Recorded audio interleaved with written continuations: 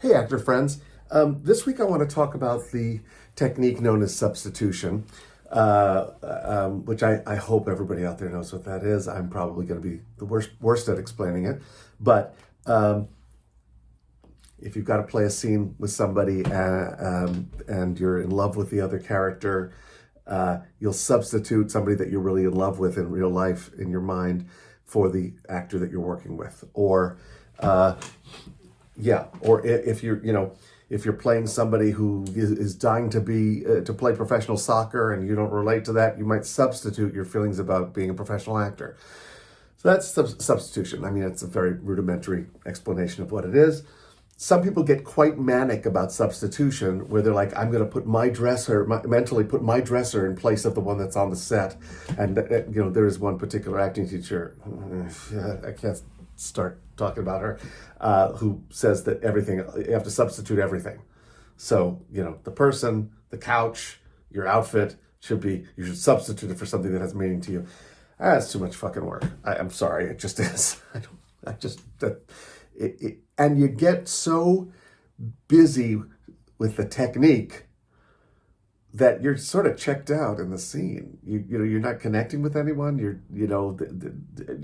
It takes so much work to keep So I was watching the great Uta Hagen, who's a teacher whose writings I connect with a lot as an actor. I think she's makes a lot of sense.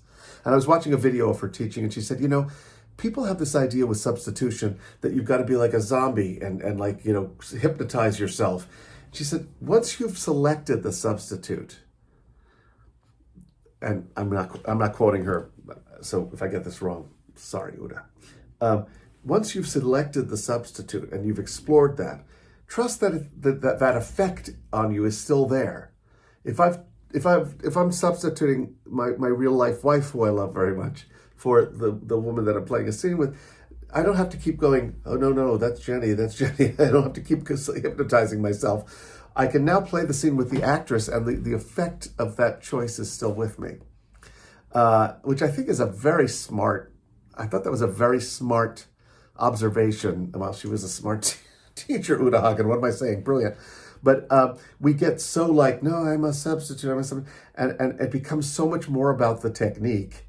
And what is it like? It's like, trying to wallpaper a wall and the wallpaper keeps falling down. I've got to spend the whole scene trying to keep the wallpaper up instead of just going, okay, I've chosen these substitutes, I've explored them in rehearsal, and now I just want to trust that they're there. I want to trust that the residual effect of putting myself on, on a shack on the beach, in a shack on the beach that was so beautiful that made me feel relaxed and wonderful, that's there now, and I don't have to keep playing that movie again and again and again in my head, which is so damn exhausting.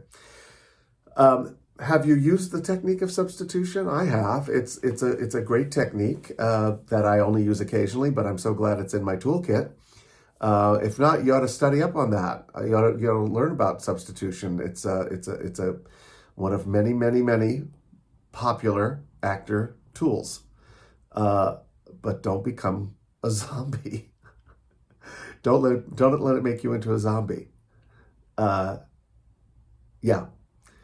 I can find that Uta Hagen clip, I'm going to paste it at the end of this because she'll make a lot more sense than I do. Let me know what you think, and I'll see you next week. Goodbye. When I first learned about transference and substitutions, I remember being very confused as to whether I was supposed to literally superimpose someone from my life, like a boyfriend or somebody who I loved, over the face of my scene partner in order to, have the correct emotional investment in that person. And she was like, no, substitution defines behavior. How substitution in relationship to others can change. Let's suppose my sense of age, how young or how old I am, very often depends on whom I'm with, right? Now, I'm walking down the hall and I bump into Alfred Lunt, and he reaches out and asks to shake my hand. Now, I'm heading here and I see it's Alfred Lunt. I say, how do you know?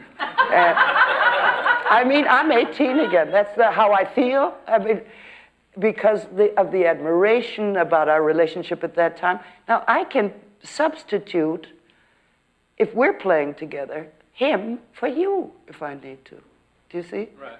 And it brings about a totally different... Now, the whole point in substitution is that I'm not carrying, as we shake hands, I'm not carrying Alfred Lunt around in my head. I'm not playing, you know, where is he? And that's what he looks like. And, you know, but I'm transferring that relationship onto you. And when I shake hands with you, I'm doing it to you, right? Not to him anymore. That's where we often screw up in substitutions. We hang on to the source, and it floats around with us. We're doing homework there, and we don't see who we're doing it with. See, when it's translated into action, into behavior with the partner, our relationship immediately becomes something else.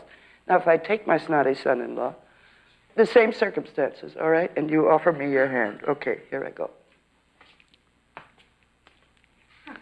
And I go. You see, now... But I've again done it to him, not to my son-in-law. You see, that's the step in rehearsal we often leave out. That we imagine, and then we hang on to the imaginative thing rather than putting it on to the object or the person.